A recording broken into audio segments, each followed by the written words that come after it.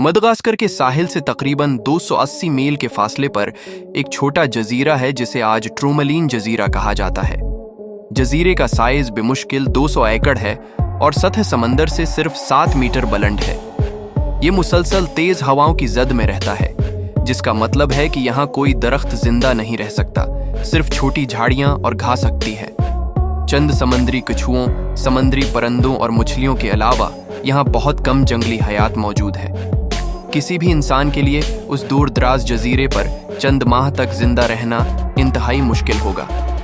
उसके बावजूद तकरीबन 250 साल पहले लोगों का एक ग्रुप यहाँ फंसा हुआ था और हैरत अंगेज तौर पर 15 साल तक जिंदा रहने में कामयाब रहा। ये कहानी 1761 में शुरू होती है, फ्रांस और बरतानिया के दरमियान 7 साला जंग के उरूज के दौरान, जब दोनों ममालिक हिंदुस्तान और शमाली अमेरिका पर कंट्रोल के लिए लड़ रहे थे। 31 जुलाई 1761 को फ्रांसीसी ईस्ट इंडिया कंपनी का जहाज ल्यूतिल फ्रांस के शहर बयोन से रवाना हुआ। जहाज में 142 अफराद का अमला सवार था। मडगास्कर पहुंचने के बाद जहाज का मकसद मॉरिशस जाना था, जो इस वक्त आइल ऑफ फ्रांस कहलाता था और फ्रांसीसी नवाबादियाती हुकूमत के तहत था। अगरचा गुलामी अभी खत्म नहीं हुई थी, लेकिन आइल ऑफ फ्रांस के गवर्नर ने जंग के वक्त गुलामों की तिजारत पर आर्जी तौर पर पाबंदी लगा दी थी। इसके बावजूद जहाज का कप्तान जान डी लाफार्गो मडगास्कर के मशरकी साहिल पर वाक़ा फुल पॉइंट नामी कस्बे में रखा और 160 मिलागासी गुलामों को खरीदा, जिनमें मर्द, औरतें और बच्चे शामिल थे। उसने उन्हें जहाज के कार्गो होल्ड में बंद कर दिया और मॉरिशस के लिए रास्ता तय किया, इस उम्मीद पर कि वो उन्हें वहां ज्यादा मुनाफे के लिए बेच देगा। कप्तान को मॉरिशस पहुंचने की जल्दी थी उससे पहले कि हुक्काम को उसकी गैर कानूनी सरगर्मी का पता चल जाए, लेकिन जल्दबाजी में उसने एक अहम गलती की। उसके पास 2 मुख्तलिफ नक्शे थे, जिनमें मॉरिशस के रास्ते कुछ मुख्तलिफ थे, और रात की तारीकी में वो जहाज की सही पोजीशन के बारे में उलझन में पड़ गया। सुस्त होने और सुबह तक इंतजार करने के बजाय कप्तान ने रात भर इंधा-धुंध दबाव डाला। नतीजे के तौर पर जहाज एक छोटे से गैर आबाद रेत के जजीरे के करीब एक मरजान की चट्टान से टकरा गया। असर प्रतिशत था, जहाज का पंडल टूट गया, पानी अंदर दाखिल हुआ और जहाज डूबने लगा। अमले के अरकान ने जजीरे के साहिल तक तैरने की कोशिश करते हुए पानी में छलांग लगा दी। कम से कम 20 अमला डूब गया। कार्गो होल्ड में बंद गुलाम तकरीबन बर्बाद हो चुके थे, लेकिन जैसे ही जहाज टूट गया, होल्ड का कुछ हिस्सा गिर गया, जिससे उनमें से कुछ को फिरार होने का मौका मिला। 160 गुलामों में से सिर्फ 80-90 के करीब जिंदा बच गए। 120 जिंदा बच जाने वाले फ्रांसीसी अमले के अरकान के साथ उन्होंने खुद को इस दौर दराज बंजर जजीरे पर फंसा हुआ पाया, जो मडगास्कर और मॉरिशस दोनों से सैकड़ों किलोमीटर दूर है। जिंदा बच जाने वालों को अब एक नाकाबिल तसव्वुर चैलेंज का सामना था। वो एक दौर दराज बंजर जजीरे पर फंसे हुए थे, जहां खुराक, ताज़ा पानी या पनाह गाह तक आसान रसाई नहीं थी। असल जहाज ल्यूतिल मुकम्मल तौर पर तबाह हो चुका था और मॉरिशस का सफर जारी रखने का कोई भी इम्कान खत्म हो गया था। अगरचा कैप्टन जीन डी लाफार्ग मलबे से बच गए थे, लेकिन वो तबाह हो गए थे। मल्लागासी गुलामों को बीच कर फायदा उठाने का उसका मंसूबा नाकाम हो गया था। उसने बहुत से अमले को खो दिया था, और अगर वो कभी आइल ऑफ फ्रांस वापस आया तो उसे गवर्नर की तरफ से सजा का खौफ था। तनाव ने उसे तकरीबन दीवाना बना दिया, जिससे वो मुअस्सिर तरीके से रहनुमाई करने से कासिर रहा। बच जाने वालों की कमान फर्स्ट ऑफिसर बार्थेलेमी कास्टिलन डू वर्नीट ने संभाल ली, जो अब डी फैक्टो लीडर बन गए। सामान जमा करना और कैंप बनाना बार्थेलेमी ने मलबे से जो कुछ भी हो सका उसे बचाने के लिए एक टीम को मुनज़्ज़म किया। वो तैर कर वापस ल्यूतिल की बाकियात तक पहुंचे और खाना, लकड़ी के तख्ते, रस्सियां, कैलें और पीने के पानी की बोतलें बरामद की। इस मवाद को इस्तेमाल करते हुए जिंदा बच जाने वालों ने 2 अलग कैंप बनाए, एक फ्रांसीसी अमले के लिए और दूसरा मलागासी गुलामों के लिए। एक ही किस्मत में शरीक होने के बावजूद अदम मसावात बरकरार रही। अमले ने तकरीबन तमाम पीने का पानी अपने लिए रखा, गुलामों के पास तकरीबन कुछ भी नहीं था। नतीजे के तौर पर तकरीबन 1/3 गुलाम इब्तिदाई चंद दिनों में पानी की कमी से मर गए। तकरीबन 1 हफ्ते के बाद जिंदा बच जाने वालों ने रीत में एक कनवा खोदा और आखिरकार बाकी गुलामों को बचाते हुए सबके लिए पीने के काबिल पानी तलाश करने में कामयाब हो गए। खाना तलाश करना, चूंकि उनकी बचाई गई खुराक की सप्लाई खत्म हो गई, जिंदा बच जाने वाले जजीरे के महदूद वसाइल पर इन्हिसार करने पर मजबूर हो गए। उन्होंने समंदरी कछुओं का शिकार किया, समंदरी परिंदे पकड़े और आसपास के पानियों में मछलियां पकड़े। खाना पकाने के लिए उन्होंने पत्थरों और रीत से एक आरजी तंदूर बनाया। एक नया जहाज बनाना बार्थेलेमी ने फिर सिर्फ हकीकी हल पर तवज्जो मरकूज की, जजीरे को छोड़ना। उसने मलबे से बचाई गई लकड़ी, धात और रस्सियों का इस्तेमाल करते हुए एक नया छोटा बहरी जहाज बनाने का हुक्म दिया। ये कोई आसान काम नहीं था। मलागासी गुलामों को तामीर में मदद करने पर मजबूर किया गया। दरहकीकत उन्होंने एक अहम किरदार अदा किया। कुछ मुश्किल तरीन काम अंजाम दिया, जैसे भारी लकड़ियां उठाना और नए बर्तन के लकड़ी के हिस्सों को तश्कील देना। कुछ फ्रांसीसी अमले के अरकान ने जहाज पर काम करने के बजाय परिंदों का शिकार करने जैसे आसान कामों को तरजीह दी, जिसने गुलामों की शराकत को और भी अहम बना दिया।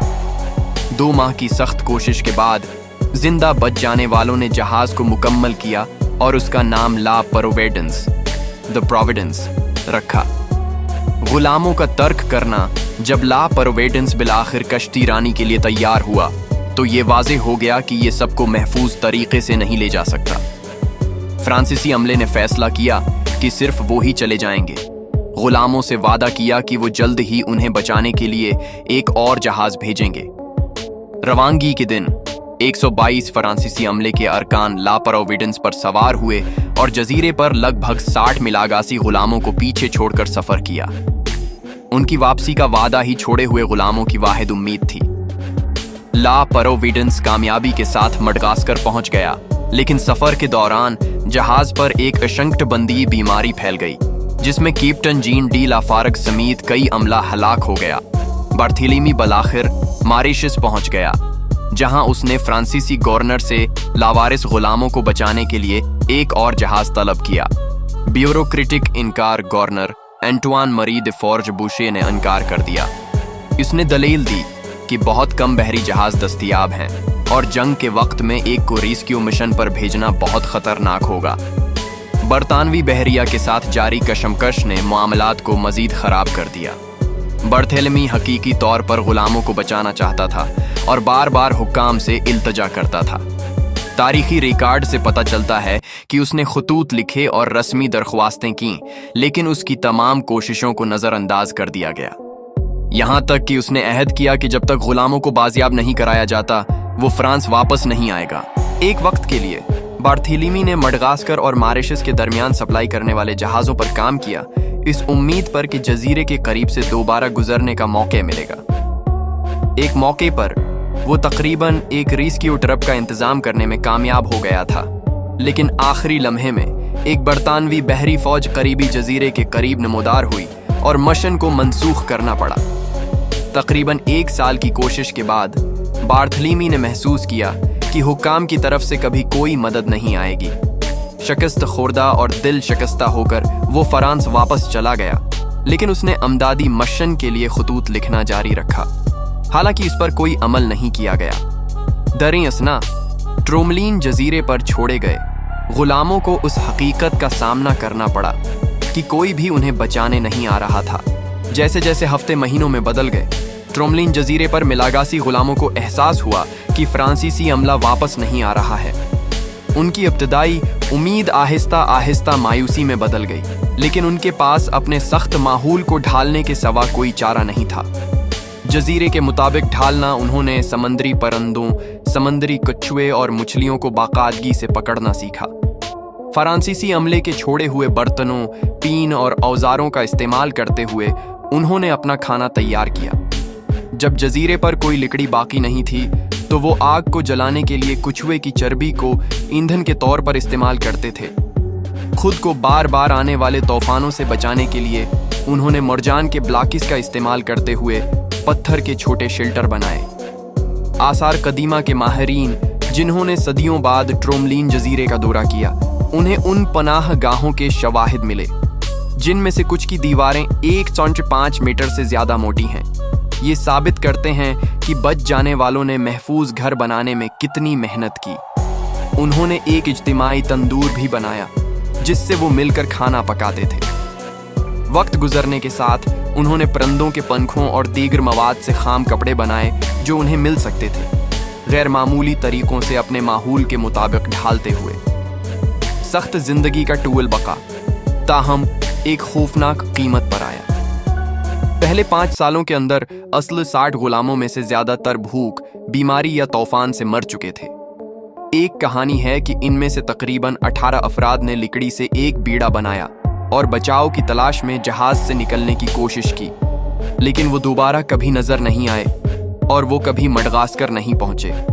جو باقی رہے وہ جزیرے پر ایک چھوٹی سی برادری کے طور پر رہتے رہے، بچوں کی پرورش کرتے رہے اور خوراک اور حفاظت کے لیے مسلسل جدوجہد کے ذریعے ایک دوسرے کا ساتھ دیتے رہے۔ بارتھلیمی کی مسلسل کوششیں 10 سال گزر جانے کے بعد بھی برتھیلمی کاسٹیلن ڈوور نے اب بھی فرانس سے خط بھیج رہا تھا جس میں غلاموں کو بچانے کے لیے جہاز کا مطالبہ کیا جا رہا تھا۔ بدقسمتی سے جب تک گورنر انٹوین میری ماریشس کے انچارج تھے کوئی جہاز نہیں بھیجا گیا۔ آخرکار گورنر کی موت کے بعد ایک نئے اور زیادہ رحم دل گورنر نے عہدہ سنبھالا۔ انہوں نے ریسکیو مشن کی منظوری دی جو ایک دہائی سے زیادہ تاخیر کا شکار تھا۔ ریسکیو 19 نومبر 1776 کو جہاز کے تباہ ہونے کے 15 سال بعد لا ڈاؤفین نامی ایک چھوٹا جہاز جزیرے پر کیپٹن جیکس میری ٹروملین کی کمان میں بھیجا گیا۔ جب وہ پہنچا تو اسے صرف 7 بچ جانے والے ملے، 7 ملاگاسی خواتین جن میں سے ایک 8 ماہ کے بچے کو اٹھائے ہوئے تھی۔ کیپٹن ٹروملین انہیں بحفاظت ماریشس لے آئے جہاں انہیں سرکاری طور پر آزاد قرار دے دیا گیا۔ گورنر نے انہیں بپتسمہ دیا اور بچے کا نام ایک بائبل کے نبی کے نام پر موسی رکھا گیا جو تمام مشکلات کے خلاف اس کی بقا کی علامت ہے۔ میراث ان خواتین اور بچے کی بازیابی کے بعد ان کے ساتھ کیا ہوا اس کی مکمل دستاویز نہیں ہے، لیکن امکان ہے کہ ان کی اولادیں آج بھی ماریشس میں رہتی ہیں۔ وہ جزیرہ جہاں انہوں نے 15 سال تک ناقابل تصور مشکلات برداشت کیں، بعد میں اس کپتان کے اعزاز میں ٹروملین آئی لینڈ رکھا گیا جس نے انہیں بچایا۔ آج ٹروملین جزیرہ فرانسیسی کنٹرول میں ہے اور ایک چھوٹا موسمی اسٹیشن اور ایک فضائی پٹی کی میزبانی کرتا ہے جسے سائنسدان کبھی کبھار استعمال کرتے ہیں۔ یہ غیر معمولی کہانی انسانی روح کی مضبوطی کا منہ بولتا ثبوت ہے۔ فاقہ کشی، طوفانوں اور ترک کرنے کے خلاف ان زندہ بچ جانے والوں نے اپنانے، تعمیر کرنے اور برداشت کرنے کے طریقے تلاش کیے، یہ ثابت کرتے ہوئے کہ سخت ترین حالات میں بھی جینے کی خواہش غالب آ سکتی ہے۔